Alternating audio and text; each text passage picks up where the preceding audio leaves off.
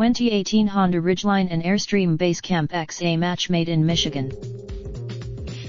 For my wife's birthday in late October, I had planned to surprise her with a trip to Florida.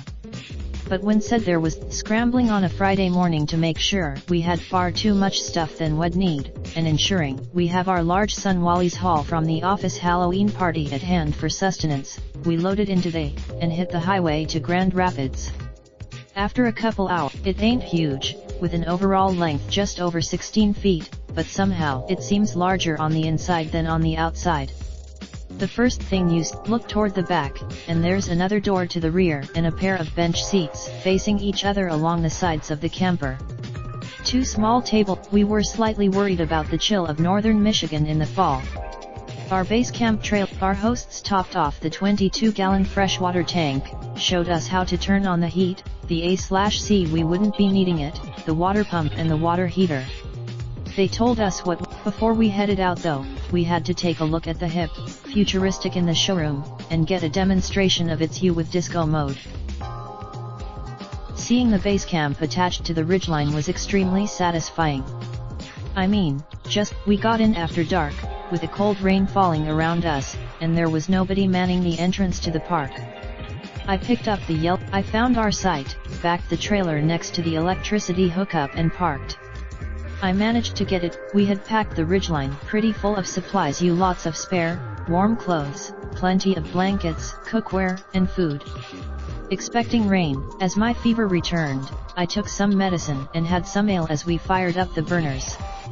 By the time we sat, cleanup is a little tricky in such a confined space, and most tasks proved to be one-person jobs by default. I switched out there was more than enough room for 2 adults and a large preschooler.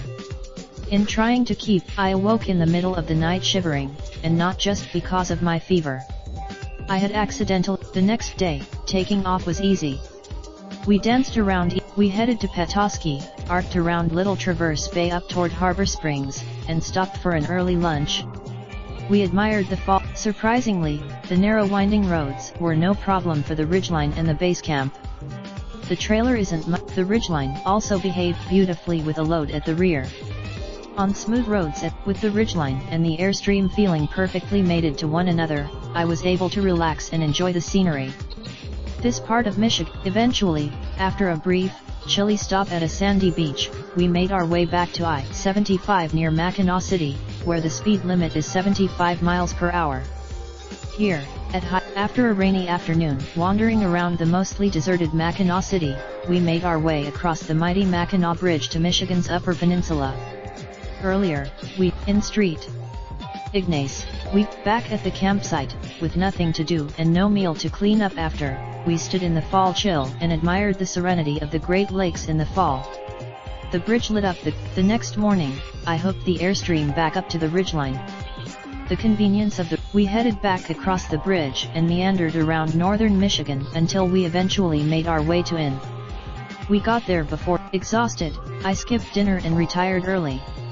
My wife and son. After 3 nights in the base camp, we still had 8% of our fresh water left. We hadn't come close. Despite being ill throughout the trip, hitting the road with my family warmed my soul, though the frequent stops at the pump were fraught with guilt. I see the allure of. For our weekend trip, the Ridgeline was a fine companion for the base camp, with enough power to haul it, and the ease of driving of a mid-size pickup. Ideally, what originally appeared on Tuesday, March 12, 2019. Raindrop, drop top smoking, no cooking the hot pot. Fucking on your bitch, yeah, that. Looking up, open the park,